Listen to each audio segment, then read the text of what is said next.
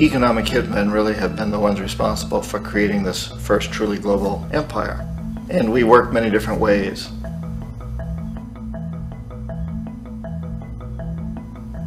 But perhaps the most common is that we will identify a country that has resources our corporations covet, like oil, and then arrange a huge loan to that country from the World Bank or one of its sister organizations.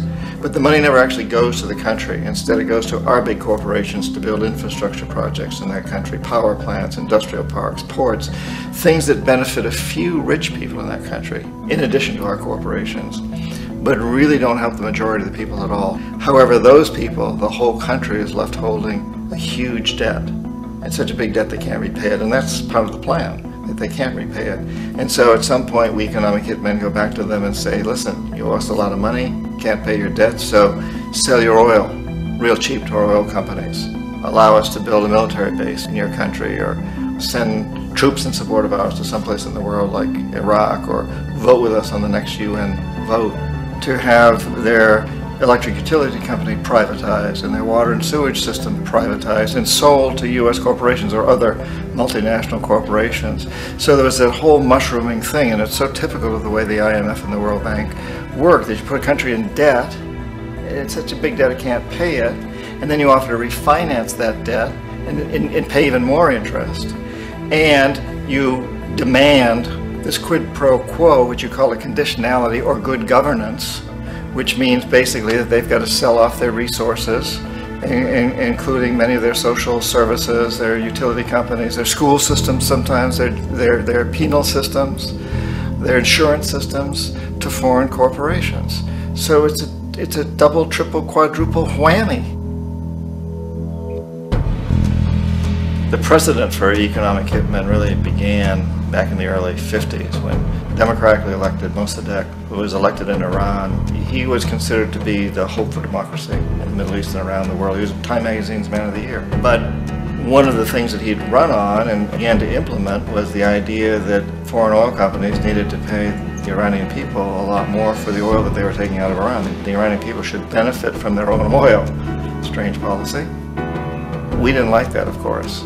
But we were afraid to do what we normally were doing, which was to send in the military.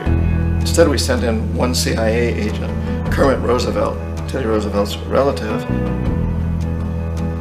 And Kermit went in with a few $1 million and was very, very effective and efficient. And in a short amount of time, he managed to get Mossadegh overthrown and brought in the Shah of Iran to replace him, who always was favorable to oil. And it was extremely effective. Mobs overflow Tehran. Army officers shout that Mossadegh has surrendered and his regime as virtual dictator of Iran is ended. Pictures of the Shah are paraded through the streets as sentiment reverses. The Shah is welcomed home. So back here in the United States, in Washington, people looked around and said, wow, that was easy and cheap. So this established a whole new way of manipulating countries, of creating empire. The only problem with Roosevelt was that he was a card-carrying CIA agent, and had he been caught, the ramifications could have been pretty serious. So very quickly at that point, the decision was made to use private consultants to channel the money through the World Bank or the IMF or one of the other such agencies, to bring in people like me who worked for private companies, so that if we got caught, there would be no governmental ramifications.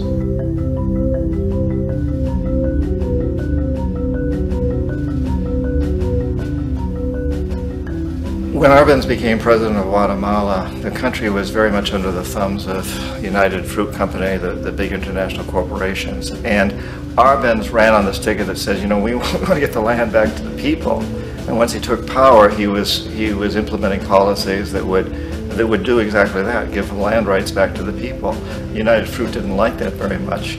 And so they hired a public relations firm, launched a huge campaign in the United States to convince the United States people, the citizens of the United States, and the press of the United States, and the Congress of the United States, that Arbenz was a Soviet puppet, and that if we allowed him to stay in power, the Soviets would have a foothold in this hemisphere. And that at that point in time was a huge fear on everybody's mind, the Red Terror, the Communist Terror.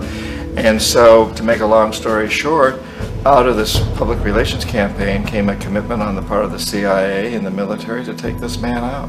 And in fact, we did. We sent in planes, we sent in soldiers, we sent in jackals, we sent everything in to take him out, and did take him out. And as soon as he was removed from office, the new guy that took over after him basically reinstated everything to the big international corporations, including United Fruit.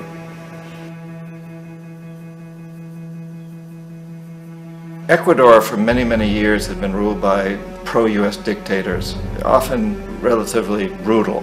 Then it was decided that they were going to have a truly democratic election. Jaime Roldos ran for office, and his main goal, he said, as president would be to make sure that Ecuador's resources were used to help the people. And he won, overwhelming, by more votes than anybody had ever won anything in Ecuador. And he began to implement these policies to make sure that the profits from oil went to help the people. Well, we didn't like that in the United States.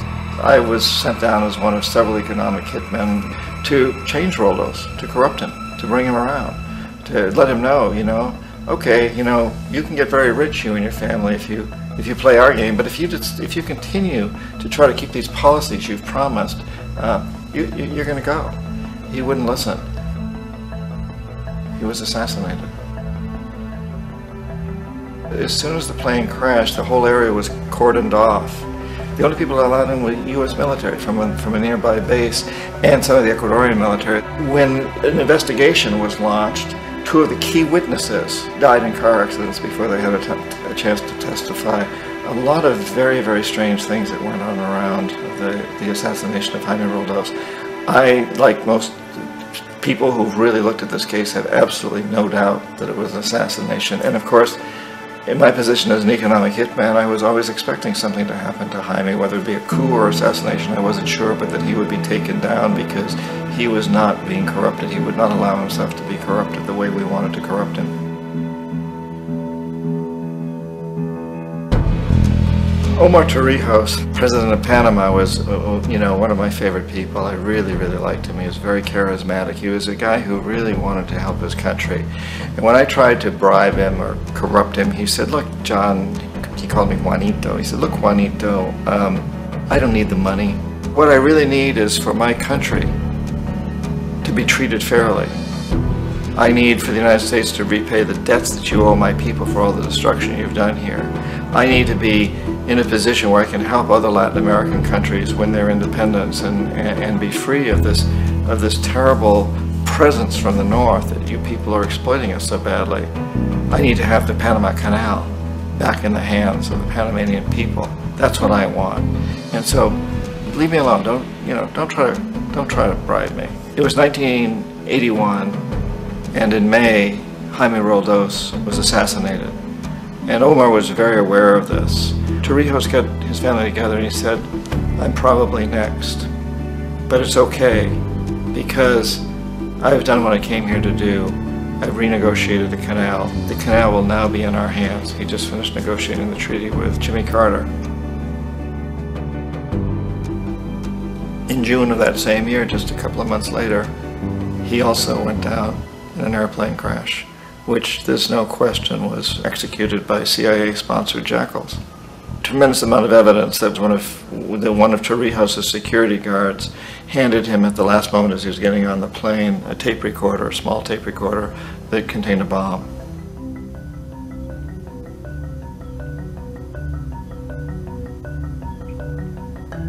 It is interesting to me how this system has continued pretty much the same way for years and years and years, except the economic hitmen have got better and better and better. Then we come up with, very recently, what happened in Venezuela. In 1998, Hugo Chavez gets elected president, following a long line of presidents who had been very corrupt and basically destroyed the economy of the country. And Chavez was elected amidst all that. Chavez stood up to the United States, and he's done it primarily demanding that Venezuelan oil be used to help the Venezuelan people. Well, we didn't like that in the United States. So in 2002, a coup was staged, which there's no question in my mind, and most other people's minds, that the CIA was behind that coup.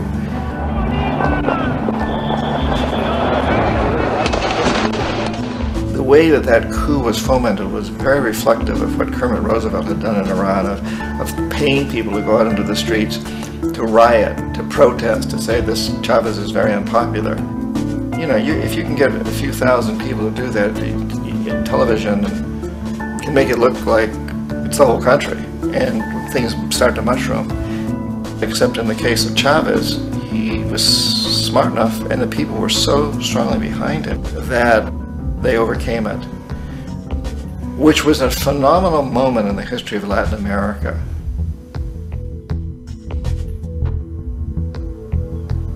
Iraq actually is a perfect example of the way the whole system works. So we economic hitmen are the first line of defense. We go in and we try to corrupt governments and get them to accept these huge loans, which we then use as leverage to basically own them. If we fail, as I failed in Panama with Omar Torrijos and in Ecuador with Jaime Roldos, men who refused to be corrupted, then the second line of defense is we send in the jackals. And the jackals either overthrow governments or they assassinate. And once that happens and a new government comes in, and boy, it's going to toe the line because the new president knows what will happen if he doesn't. In the case of Iraq, both of those things failed. Economic hitmen were not able to get through to Saddam Hussein. We tried very hard. We tried to get him to accept a deal very similar to what the House of Saud had accepted in Saudi Arabia, but he wouldn't accept it. And so the jackals went in to take him out. They couldn't do it. His security was very good. After all, he had one time worked for the CIA. He'd been hired to assassinate a former president of Iraq and failed, but he knew the system. So in '91 we send in the troops and we take out the Iraqi military. So we assume at that point that Saddam Hussein is going to come around. We could have taken him out, of course, at that time, but we didn't want to. He's the kind of strong man we like. He controls his people. We thought he could control the Kurds and keep the Iranians in their border and keep pumping oil for us. And that once we took out his military, now he's going to come around. So the economic hitmen go back in the 90s without success. If they'd had success, he'd still be running the country. We'd be selling him all the fighter jets he wants and everything else he wants. But they couldn't, they didn't have success. The jackals couldn't take him out again, so we sent the military in once again, and this time we did the complete job and took him out, and in the process created for ourselves some very, very lucrative construction deals. We had to reconstruct a country that we'd essentially destroyed, which is a pretty good deal if you own construction companies, big ones. So, you know, Iraq shows the three stages. The economic hitmen failed there, the jackals failed there, and as a final measure, the military goes in. And in that way, we've really created an empire, but we've done it very, very subtly. It's clandestine. All the empires of the past were built on the military, and everybody knew they were building them. So that the British knew they were building them, the French, the Germans, the Romans, the Greeks. And they were proud of it, and they always had some excuse like spreading civilization, spreading some religion, something like that. But they knew they were doing it. We don't. The majority of the people in the United States have no idea that we're living off the benefits of a clandestine empire, that today there's more slavery in the world than ever before. And then you have to ask yourself, well, if it's an empire, then who's the emperor? Obviously, our presidents of the United States are not emperors. An emperor is someone who's not elected, doesn't serve a limited term, and doesn't report to anyone, essentially. So you can't classify our presidents that way. But we do have what I consider to be the equivalent of the emperor, and it's what I call the corporatocracy. The corporatocracy is this group of individuals who run our biggest corporations, and they really act as the emperor of this empire. They control our media, either through direct ownership or advertising. They control most of our politicians because they finance their campaigns, either through their corporations or through personal contributions that come out of the corporations. They're not elected, they don't serve a limited term, they don't report to anybody. And at the very top of the corporatocracy, you really can't tell whether a person's working for a private corporation or the government because they're always moving back and forth. So, you know, you've got a guy who one moment is the president of a big construction company like Halliburton, and the next moment he's vice president of the United States, or the president who was in the oil business. And this is true whether you've got Democrats or Republicans in the office. You have them moving back and forth through the revolving door. And in a way, Our government is invisible a lot of the time, and its policies are carried out by our corporations on one level or another. And then again, the policies of the government are basically forged by the corporatocracy and then presented to the government. They become government policy. So it's an incredibly cozy relationship. This isn't a conspiracy theory type of thing. These people don't have to get together and plot to do things. They all basically work under one primary assumption, and that is that they must maximize profits regardless of the social and environmental costs.